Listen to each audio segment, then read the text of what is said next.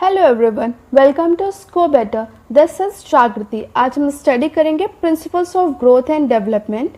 ये किसी भी टीचिंग एग्जाम्स में, चाहे वो KVS, UP TET, C TET, DSSB, कोई भी एग्ज़ाम हो, आपको बहुत हेल्प करेगा। ये छोटा सा टॉपिक है और काफ़ी इंटरेस्टिंग टॉपिक है। स्टार्ट करने से पहले अगर आपको ये वीडियो पसंद आती है और आपके कुछ हेल्प करती है तो प्लीज़ आप इस चैनल को सब्सक्राइब कीजिए, लाइक कीजिए और शेयर कीजिए। सब्सक्राइब करेंगे तो आपको आने वाले वीडियोस का नोटिफिकेशन आपको मिलता रहेगा, जिससे कि आपके लिए इजी रहेगा। तो चलिए स्टार्ट करते हैं। जैसे कि हमने प्रीवियस वीडियो में समझा था ग्रोथ एंड डेवलपमेंट के कंसेप्ट्स को, उनके डिफरेंसेस को और उनके टाइप्स को, और कुछ प्रीवियस ईयर के क्वेश्चन भी सॉल्व किए थे।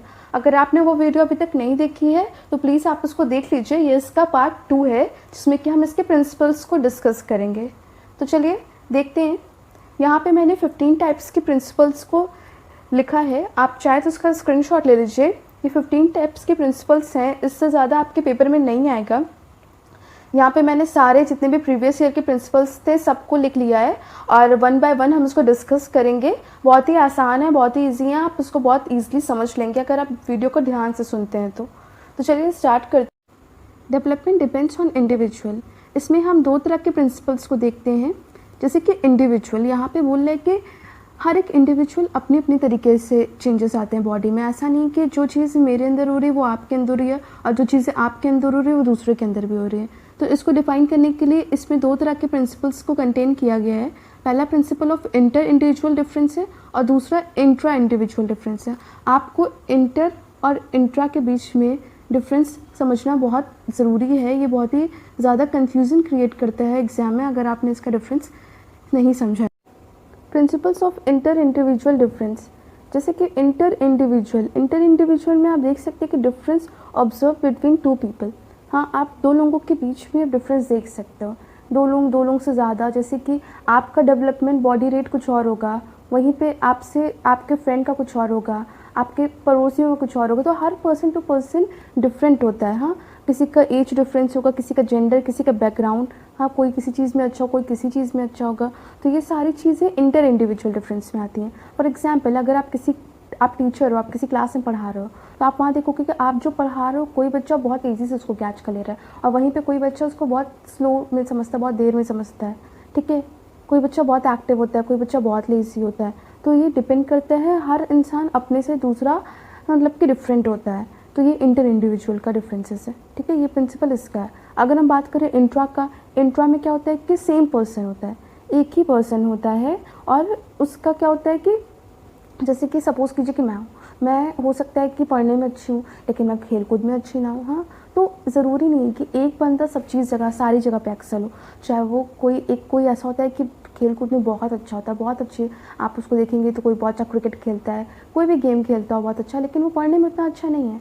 तो ऐसा नहीं कि वो बच्चा ख़राब है, उसका इंटरेस्ट उस जगह पे ज़्यादा है। तो ये इंट्रा होता है कि सेम पर्सन के अंदर जो डिफरेंसेस पाए जाते हैं उसको इंट्रा इंडिविजुअल डिफरेंस कहते हैं, और जहाँ पे अलग अलग लोगों में अलग अलग डिफरेंसेस पाए जाते हैं उसको इंटर इंडिविजुअल डिफरेंस कहते हैं। होप आपको ये दोनों के बीच का डिफरेंस समझ में आ गया हो। तो चलिए आगे बढ़ते हैं। Principles of maturation and learning. देखिए, जो मैचुरेशन होता है वो हमारे डेवलपमेंट का ही पार्ट होता है। ठीक है, ऐसा नहीं है कि मैचुरेशन अलग है और हमारी लर्निंग अलग है। जैसे जैसे हमारे बॉडी में डेवलपमेंट होते हैं, जैसे जैसे हम चीज़ों को लर्न करते हैं, वैसे वैसे हमें मैच्योरिटी आती है। ठीक है, फॉर एग्जांपल आपने बहुत ही बार सुना होगा, इतना बड़ा हो गया लेकिन इसके अंदर अभी मैच्योरिटी नहीं आई है ना। आपने बहुत बार लोग कहते हैं अभी ये मैच्योर नहीं हुआ है। तो मतलब क्या है कि आपकी लर्निंग तो हो रही है, ठीक है, लेकिन आपके अंदर वो मैच्योरिटी, वो सिंसियरिटी नहीं आती है। मैच्योरिटी आपके जीन से आती है। ठीक है, आपके जो भी बायोलॉजिकल ग्रोथ है, जो भी बायोलॉजिकल आपका जीन्स है, वो सब पे डिपेंड करती है। आपकी पूरी पर्सनैलिटी, आपकी एबिलिटी, ये सारी चीज़ों को बिल्कुल चेंज कर देती है। मैचुरेशन एंड लर्निंग के बाद आप देखेंगे बहुत ही बच्चों को इस पर कन्फ्यूजन रहती है, मैचुरेशन क्या है और ग्रोथ क्या है। देखिए, मैचुरेशन और ग्रोथ दोनों ही जेनेटिक हैं। ये दोनों ही हमारे बर्थ के टाइम से ही हमारे अंदर आ जाती हैं। हमारी ग्रोथ उतनी ही होगी जितने हमारे पेरेंट्स की ग्रोथ है। ऐसा नहीं कि मैंने आपको पहले बताया कि अगर पेरेंट्स 5 फीट के हैं तो बच्चा 6 फीट का नहीं हो सकता। पेरेंट्स अगर एवरेज माइंड के हैं, हाँ, उनका कॉग्निटिव डेवलपमेंट एवरेज है, तो बच्चा सुपर जीनियस नहीं हो सकता है। ठीक है, वो भी कहीं ना कहीं एवरेज बच्चों में ही आएगा। तो ये सारी चीज़ें, हमारी मैचुरेशन, हमारी ग्रोथ, ये दोनों हमारा जेनेटिक है, बट ये हमारे पार्ट है डेवलपमेंट के। जैसे कि आपका ग्रोथ हो रहा है तो धीरे धीरे आपकी डेवलपमेंट भी हो रही है। आप बच्चे हो, फिर बड़े हो गए, फिर बूढ़े हो गए, है ना।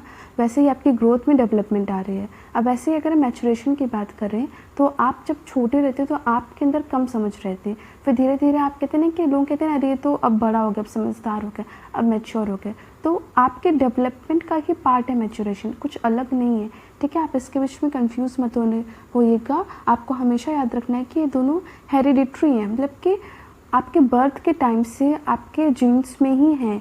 ये आप में ऐसा नहीं कि आप समय के साथ ही बदल जाएंगी, ऐसा कुछ नहीं है, ठीक है। और सबसे इम्पॉर्टेंट चीज़ है कि जो भी ग्रोथ है हमारी फिजिकल एक्सपेक्ट है और मैचुरेशन हमारी क्या है, ओवरऑल एक्सपेक्ट है, जिसमें आपका सारा डेवलपमेंट आ जाता है। फिजिकल, सोशल, इमोशनल, जो भी सारी चीज़ें वो सारी आ जाती हैं। और जैसे कि मैंने आपको बताया, ये दोनों चीज़ें आपके बर्थ से ही प्रेजेंट होती हैं और धीरे धीरे चेंजेस लाती हैं बॉडी में। एक बार ही आप ना ही ग्रोथ आ जाएगी, एक बार ही ना ही आप मैच्योर हो जाओगे।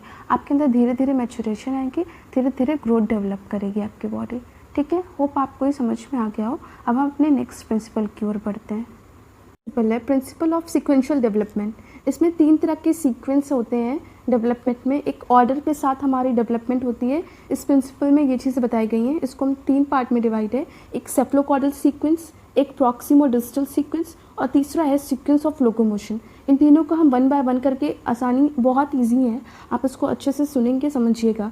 सेफ्लोकॉर्डल सीक्वेंस, आपको यहाँ पे ये देखना है कि जब भी आपकी डेवलपमेंट हेड से फूट की तरफ जाए, मतलब कि जो डेवलपमेंट है spread over the body from head to foot, ठीक है। आपकी बिगनिंग, आपका जो शुरुआत है वो आपके दिमाग से हो और फिर धीरे धीरे पैर की तरफ जाए। जैसे कि आप इस इमेज में देखिए, जैसे कि एक छोटा सा बच्चा है, उसका पहले हेड डेवलप होता है, फिर उसके हैंड डेवलप होते हैं, फिर उसका फीट डेवलप होता है। जब एक बच्चा अपनी माँ के गर्भ में भी होता है तो सबसे पहले उसका मस्तिष्क, मतलब कि उसका सर डेवलप होता है, फिर उसके अदर पार्ट्स धीरे धीरे डेवलप होते हैं, फिर उसका हैंड डेवलप करेगा, उसके फीट डेवलप करेंगे। तो ये एक पूरा सेफ्लोकॉर्डल में आपको जब भी बोला जाएगा सेफ्लोकॉर्डल सीक्वेंस, तो आपको हमेशा याद रखना है कि हेड टू टो, आपको इससे भी टिक करना है। सेफ्लोकॉर्डल यानी कि हेड टू टो, जो भी डायरेक्शन है, सीक्वेंस का पैटर्न है जो, वो हेड टू टो है, ठीक है। अब उसी तरह हम समझते हैं प्रॉक्सिमोडिस्टल। प्रॉक्सिमोडिस्टल में क्या है कि आपका सेंटर से निकलता है। यहाँ पे सबसे पहले आपके स्पाइनल कॉर्ड पे इफेक्ट आता है, आपके स्पाइनल कॉर्ड से निकल के ये सारे चारों ओर पेरिफेरी हो जाता है, पूरे डायरेक्शन में ये फैल जाता है। जो हमारी डेवलपमेंट है हमारे सेंटर से शुरू होती है और फिर चारों ओर बढ़ने लगती है, ठीक है। प्रॉक्सिमोडिस्टल सीक्वेंस में पहले आपका सबसे पहले स्पाइनल कॉर्ड, फिर आपका हार्ट डेवलप करेगा। ऐसे करके अंदर से जो चीज़ें सेंटर से निकल के धीरे धीरे चीज़ें बाहर आती हैं और फिर वो चारों डायरेक्शन में मूव करने लगती हैं, ठीक है। तो यहाँ पे हम समझेंगे कि आप एग्जाम्पल लीजिए कि जैसे कि एक बेबी है, वो अपने एप्पल को जब कट करता है तो वो अपने फ्रंट टीथ का इस्तेमाल करता है, सेंटर के पार्ट का इस्तेमाल पहले करता है, बाद में साइड का करता है। हाँ, तो आपको प्रॉक्सिमल डिस्टल में जब भी आपका क्वेश्चन आएगा तो आपको हमेशा टिक करना है किस पे, from the central part of the body, ठीक है। तो यहाँ पे आप सेफ्लोकॉर्डल में कहते हैं हेड टू टो होता है और प्रॉक्सिमल डिस्टल में centre part of the body से सीक्वेंस डायरेक्शन जो स्टार्ट होती है। चलिए ठीक है, अपने हम नेक्स्ट प्रिंसिपल पे आते हैं। अगर हम बात करें सीक्वेंस ऑफ लोकोमोशन की, लोकोमोशन में क्या होता है कि एक सीक्वेंस में डेवलप करता है हर एक इंडिविजुअल। जैसे कि आप देखते हो कि पहले एक छोटा बच्चा क्रॉल करना सीखता है, फिर वो धीरे धीरे बैठना सीखता है, फिर वो धीरे धीरे चलना सीखता है, ठीक है। तो ये एक लोकोमोशन है, मतलब कि बॉडी का जो मूवमेंट होता है उस किस पैटर्न, किस डायरेक्शन में हो रहा है कि पहले बच्चा क्रॉल करेगा, फिर वो बैठेगा, फिर वो चलेगा। तो एक सीक्वेंस ऑफ लोकोमोशन में आपको ये बताया गया है। सेफ्लोकॉर्डल में head to toe, proximal distal में आपको सेंटर टू पेरिफेरी और लोकोमोशन में आपको एक सीक्वेंस पैटर्न में चलना रहता है कि हर एक इंडिविजुअल एक पैटर्न, एक स्ट्रक्चर में आगे बढ़ता है, ठीक है। आप उसको ध्यान रखिएगा। Principles of hereditary and environment, देखिए हेरिडिटरी जो होती है वो हमारे बर्थ से हमारे अंदर होती है, वो हमारे जीन्स में हमारे पेरेंट्स से हमको मिलती है, ठीक है। और एनवायरनमेंट क्या होता है, जो भी हम बाहर के सराउंडिंग, जब हम बाहर की जो चीज़ों से सीखते हैं, अपने एनवायरनमेंट, अपने सराउंडिंग, अपने लोगों से, वो एनवायरनमेंट में आता है। तो जैसे कि आप यहाँ पर देख रहे हैं principles of hereditary and environment, ये दोनों एक जॉइंट प्रोडक्ट हैं, ये दोनों एक दूसरे पे डिपेंडेंट हैं। अगर आप किसी बच्चे को देखेंगे तो आप देखेंगे कि कोई बच्चा है, उसके अंदर उसके पेरेंट्स से रिलेटेड जो भी चीज़ें रहती हैं, कुछ गुण अवगुण, वो कभी ना कभी आपको दिख जाएंगे, ठीक है। वो बच्चे में पेरेंट्स या ऐसे कोई बीमारी हुई, अगर कोई डिजीज़ है, आप देखेंगे कि किसी पेरेंट्स में था वही बच्चे को डिजीज़, वही चीज़ बच्चे को हो गई। तो ये हेरिडिटरी, ये इनके जीन में। आप एनवायरनमेंट की बात करेंगे तो ऐसा नहीं कि जो गरीब माँ बाप के बच्चे हैं, अगर वो नहीं पढ़े लिखे तो उनका बच्चा भी ऐसा होगा। अगर उसको हम अच्छा एनवायरनमेंट देंगे, अच्छा स्कूल भेजेंगे, अच्छे से गाइडेंस देंगे, तो हो सकता है कि वो बच्चा बहुत ही आगे निकल जाए, ठीक है। तो हेरिडिटी और एनवायरनमेंट दोनों ही बहुत ही इंपॉर्टेंट रोल प्ले करती हैं किसी भी पर्सन को बनाने में। अब अगर बहुत बार क्वेश्चन पूछा गया एग्ज़ाम में कि ह्यूमन डेवलपमेंट इज़ अफेक्टेड, कि ह्यूमन के जो डेवलपमेंट में क्या चीज़ें इफेक्ट डालती हैं, तो इसका ऑप्शन तो ये कहता है कि ऑप्शन ए में हेरिडिटरी है, बी में एनवायरनमेंट है, सी में बोथ है और डी में नन ऑफ दीज है। तो बताइए आप इसका क्या आंसर चूज़ करेंगे। तो इसका आंसर आपका सी होगा, बोथ हेरिडिटरी एंड एनवायरनमेंट दोनों, ठीक है। आपको ये चीज़ याद रखनी है कि ये दोनों के बीच में मल्टीप्लाई का साइन होता है, ये दोनों एक जॉइंट प्रोडक्ट हैं, ठीक है। ये दोनों चीज़ें डबल हो के किसी भी ह्यूमन बीइंग पे असर डालती हैं। हेरिडिटी का भी बहुत असर पड़ता है और एनवायरनमेंट का भी बहुत असर पड़ता है किसी भी इंसान के ऊपर। तो चलिए अपने नेक्स्ट प्रिंसिपल की ओर चलते हैं। नेक्स्ट प्रिंसिपल हमारा प्रिंसिपल ऑफ कंटिन्यूटी। देखिए, जो भी कंटिन्यूस डेवलपमेंट होता है किसी भी बॉडी में, एक लगातार डेवलपमेंट होता ही रहता है, बर्थ से लेकर टिल डेथ तक। ये लाइफ लॉन्ग प्रोसेस है, ये कंटिन्यू ही रहता है, ठीक है। आप देखेंगे जो बच्चा छोटा है, फिर वो बच्चे का बर्थ हुआ, वो छोटा था, फिर थोड़ा सा बड़ा हुआ, फिर थोड़ा चलना सीखा, फिर वो थोड़ा और बड़ा हुआ, फिर वो बूढ़ा हुआ। तो वो एक कंटिन्यूस प्रोसेस है, ठीक है, कहीं एक जगह पर रुकती नहीं है, ठीक है। ये हमारी एक लाइफ लॉन्ग प्रोसेस है। Principles of inter relation. Principle of inter relation में क्या है कि ये सारी चीज़ें इंटर रिलेट रहती हैं। जैसे कि जो हमारी ग्रोथ है वो हमारी डेवलपमेंट का ही पार्ट है। ग्रोथ और डेवलपमेंट हैंड इन हैंड, और कह लीजिए कि साइड बाय साइड है, ये साथ साथ ही चलती हैं, ठीक है। हमारी डेवलपमेंट अच्छी होगी तभी हमारा आगे की चीज़ अच्छी होगी, ठीक है। हमारी ग्रोथ अच्छी होगी, हमारी डेवलपमेंट अच्छी होगी, तभी इन सारी चीज़ का हमारा सोशल पे, हमारे इमोशन पे, हमारे कॉग्निटिव पे भी बहुत असर पड़ता है। अगर मान लीजिए कि हमारी सराउंडिंग अच्छी नहीं है, हमारा एनवायरनमेंट अच्छा नहीं है, ठीक है, हमारी ग्रोथ अच्छी नहीं हो रही है, हम लोग पे कोई ध्यान नहीं देने वाला है, ठीक है, हमारी डेवलपमेंट नहीं अच्छी हो रही, तो इसका इफेक्ट केवल एक जगह पे नहीं रहेगा, ये आपके सारे एक्सपेक्ट को ले डूबेगा। जैसे कि आपका फिजिकल, आपका सोशल, आपका कॉग्निटिव, हाँ, आपका इमोशनल, इन सारी चीज़ों को इंटर रिलेट करता है। तो ये प्रिंसिपल इसके बारे में बताता है, ठीक है। Principles of general to specific, ये हमारा नेक्स्ट प्रिंसिपल है। तो इसमें हमें ये देखना है कि जर्नल टू स्पेसिफिक का मतलब है कि कोई भी बच्चा पहले सिंपल चीज़ों को सीखता है, फिर कोई भी कॉम्प्लेक्स चीज़ों को वो समझता है, ठीक है। अगर आप मोटर डेवलपमेंट की ही बात करें, जैसे कि कोई छोटा सा बच्चा है, आप देखेंगे कि एक बॉल को पकड़ने के लिए वो अपने दोनों हाथों का इस्तेमाल करेगा, ठीक है। और जब वो थोड़ा सा बड़ा हो जाएगा तो फिर वो उसको समझ में आने लगेगा, तो वो एक हैंड से भी बॉल को पकड़ लेगा और फिर धीरे धीरे फिंगर्स के टच से भी वो बॉल को संभाल लेगा, ठीक है। तो पहले वो क्या कर रहा है, सिंपल चीज़ों का, मतलब कि जहाँ पे उसको आसान चीज़ लगी कि दोनों हाथों का, फिर एक हाथ का, फिर एक फिंगर का, ठीक है, एक सिंपल से कॉम्प्लेक्स की ओर बढ़ना। वैसे ही जैसे कि आप एक और एग्जाम्पल ले लीजिए कि अगर क्लास में कोई टीचर हमें कुछ पढ़ाती हैं तो पहले हमें बेसिक्स पढ़ाती हैं किसी भी चैप्टर का, फिर उसके बाद वो हमें वोकैब पढ़ाएंगी या उसके भी डिफ़िकल्ट चीज़ें हैं। अगर इंग्लिश पढ़ रहा हो तो पहले आपको वर्ड सीखोगे, फिर आप उसकी मीनिंग समझोगे, फिर आप वोकैब पे आओगे। ऐसा नहीं कि आप पहले ही वोकैब पढ़ना शुरू कर दोगे, ठीक है। तो सिंपल से आप कॉम्प्लेक्स की ओर आना, जर्नल टू स्पेसिफिक, ये सारी चीज़ें होती है, ठीक है। आप इसको कहीं पे देखोगे, आपको कहीं लिखा रहेगा लोकल टू ग्लोबल, ठीक है। लोकल टू ग्लोबल भी होता है कि पहले आप लोकल चीज़ों को देखोगे फिर आप ग्लोबली जाओगे, बड़ी चीज़ों पे आओगे। हाँ, कंक्रीट टू एब्स्ट्रैक्ट पे भी यही होता है। कंक्रीट क्या होता है, पहले बच्चों जो छोटे बच्चे होते हैं वो कंक्रीट चीज़ों को वो चीज़ें देख के समझते हैं, ठीक है। कंक्रीट का मतलब क्या है कि वो चीज़ आप टच कर सको, ठीक है, जिसको आप फील कर सको। तो बच्चे पहले कंक्रीट ऑब्जेक्ट को देख के समझते हैं, फिर वो एब्स्ट्रैक्ट थिंकिंग कर पाते हैं। अब जैसे कि आप किसी बच्चे को बोल दो कि एक प्लांट होता है, तो छोटा बच्चा है तो एक वो प्लांट को होता है तो वो नहीं समझ पाएगा जब तक कि वो प्लांट को टच नहीं करेगा, फील नहीं करेगा, जानेगा नहीं कि प्लांट क्या होता है। आप उसको लाग बताते रहो प्लांट होता है, माउंटेन है, तो वो चीज़ें वो नहीं समझ पाएगा, ठीक है, जब तक वो उसको देखेगा नहीं, समझेगा नहीं। तो आप सब समझ के होंगे जर्नल टू स्पेसिफिक में क्या चीज़ें आती हैं। तो चलिए अपने नेक्स्ट प्रिंसिपल की ओर चलते हैं। अब हमारा नेक्स्ट प्रिंसिपल है प्रिंसिपल ऑफ इंटीग्रेशन।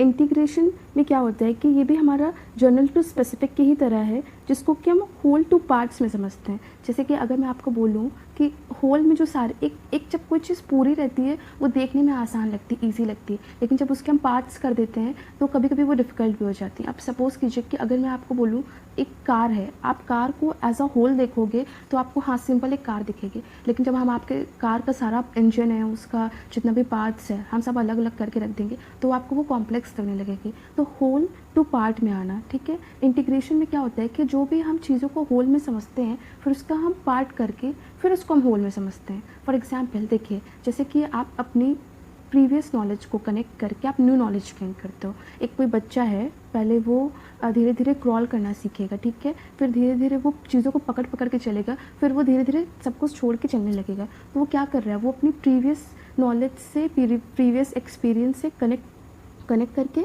नई चीज़ों पे आ रहा है, ठीक है। तो इंटीग्रेट कर रहा है, वो चीज़ों को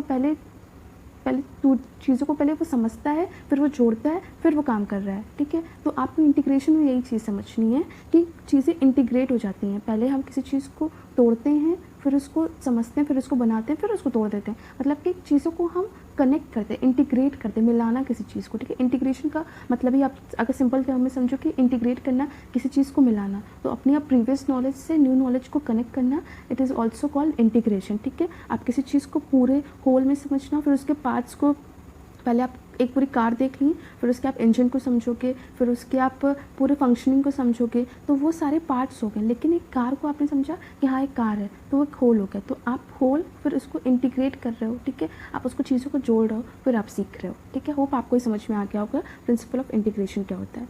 नेक्स्ट प्रिंसिपल पे चलते हैं अब हम। नेक्स्ट प्रिंसिपल है हमारा principle of differential development. Differential development में ये बताया गया है कि हर एक का डिफरेंट डेवलपमेंट होता है। अगर हम बात करें गर्ल्स और बॉयज़ के बीच में, दोनों का डिफरेंट लेवल पे, दोनों का डिफरेंट तरीके से चेंजेस आते हैं। अगर आप देखेंगे कि सेम एज के बॉयज़ और गर्ल को, अगर 16 ईयर्स का बॉयज़ है और 16 ईयर्स की गर्ल भी है, तो आप देखेंगे कि जो गर्ल होगी वो मेंटली ज़्यादा मैच्योर होगी, ठीक है, वो ज़्यादा समझदार होगी, ज़्यादा ही चीज़ों को सीरियसली लेगी। और वहीं पर आप एक बॉय को देखेंगे तो वो चीज़ों को समझेगा ही नहीं, वो सीरियसली लेगा नहीं। वो उन लोग फिजिकली तो डेवलप बहुत तेज़ी से कर जाते हैं, बट वो मेंटली डेवलप नहीं कर पाते हैं, वो थोड़ा टाइम लेते हैं, ठीक है। तो गर्ल्स क्या होता है, उनका जो रेट ऑफ डेवलपमेंट होता है वो फास्टर होता है एज़ कंपैरिजन टू बॉयज़। तो ये चीज़ को हमें याद रखना है। क्वेश्चन में कई बार पूछा गया है कि किसका डेवलपमेंट रेट फास्टर होता है, तो आपको ये चीज़ समझनी है कि जो गर्ल्स होती हैं वे डेवलप फास्ट करती हैं, ठीक है, एज़ कंपैरिजन टू बॉय। तो चलिए अपने नेक्स्ट प्रिंसिपल पे चलते हैं। अब हमारा नेक्स्ट प्रिंसिपल है डेवलपमेंट प्रोसीड हेट्रोनॉमी टू ऑटोनॉमी। तो हेट्रोनॉमी जैसे कि नाम से ही समझ में आ रहा है कि हेट्रोनॉमी का मतलब होता है कि जब हम किसी पे डिपेंडेंट रहते हैं, और ऑटोनॉमी जब हमारे अंदर सेल्फ कंट्रोल आ जाता है। हेट्रोनॉमी में ये होता है कि जब आप देखेंगे कि जो बच्चा है वो अपने पेरेंट्स के ऊपर डिपेंड रहता है, वो पेरेंट्स उनको खाना देते हैं, वो उनकी देखभाल करते हैं, ठीक है, वो पूरा कंट्रोल पेरेंट्स के हाथ में होता है, जो जैसा पेरेंट्स कहते हैं वैसा ही सुनता है, ठीक है। और जब ऑटोनॉमी हो जाती है तो जैसे कि बच्चे के माँ बाप के ऊपर से कंट्रोल कम होने लगता है, जैसे जैसे बच्चा बड़ा होता है वो चीज़ों को खुद देखता समझता है, तो फिर वो समझता है कि वही सब कुछ है, तो वहाँ पे पेरेंट्स का रोल कम होने लगता है, और तब कि बच्चा अडल्ट होने लगता है धीरे धीरे, अडोलसेंस से लेके अडल्ट धीरे धीरे समझदार होने लगता है। तो ये हमारा एक हो गया development proceeds from heteronomy to autonomy, कि जो पहले बच्चा रहता है किसी पे डिपेंडेंट रहता है, फिर धीरे धीरे उसके अंदर सेल्फ कंट्रोल आता है और उसके अंदर ऑटोनॉमी आ जाती है, ठीक है।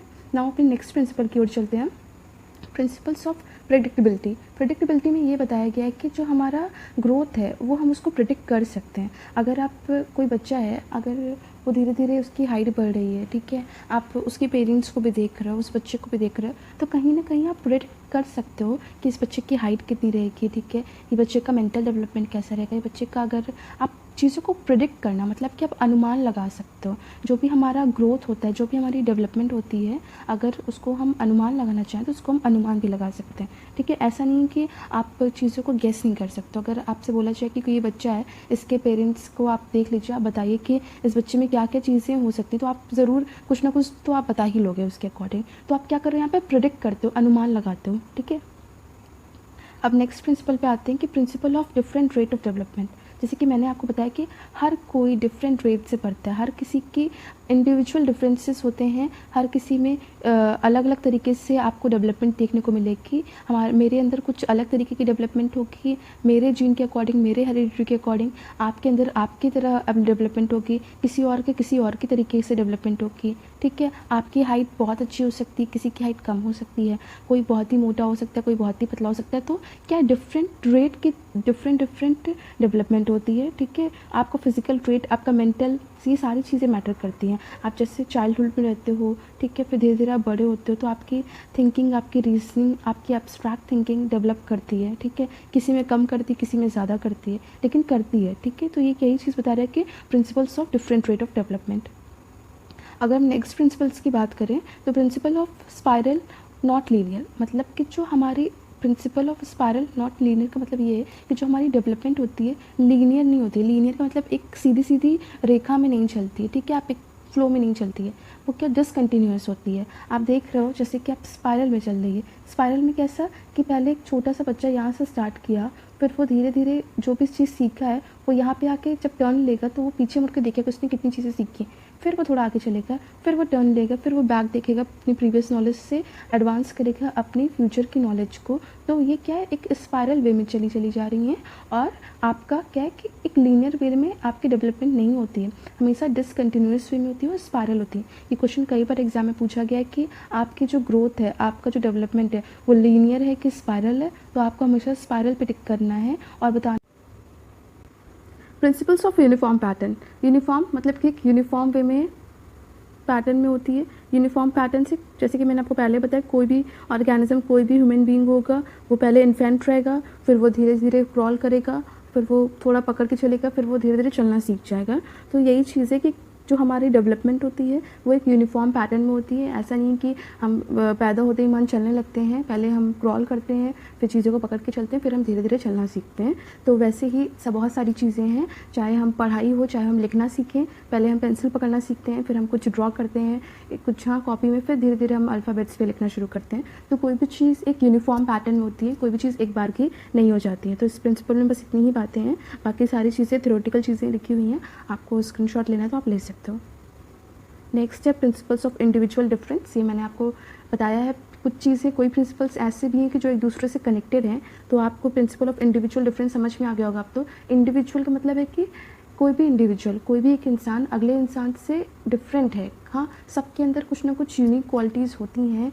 कोई ऐसा नहीं है कि कोई किसी से कम है, कोई किसी से ज़्यादा है, सब बराबर हैं और सबके अंदर विभिन्नताएं होती हैं अलग अलग, ठीक है, अलग अलग डिफरेंसेस होती हैं। कोई आपको दिखेगा कि किसी की हाइट अच्छी, किसी कलर फेयर है, तो कोई आपको दिखेगा कि कोई बहुत ही जिसका मेंटल डेवलपमेंट बहुत हाई है, किसी को आपको दिखेगा कोई सोशली बहुत होता है ना। तो ये सारी चीज़ें में देखने को मिलती हैं। तो ये एक इंडिविजुअल डिफरेंस में आ जाता है। तो होप आपको यहाँ तक समझ में आ गया होगा। यहाँ पे हमारी सारी 15 प्रिंसिपल्स ख़त्म होती हैं और आपको अगर कोई चीज़ें नहीं समझ में आई हैं तो आप कमेंट सेक्शन में मुझसे पूछ सकते हैं।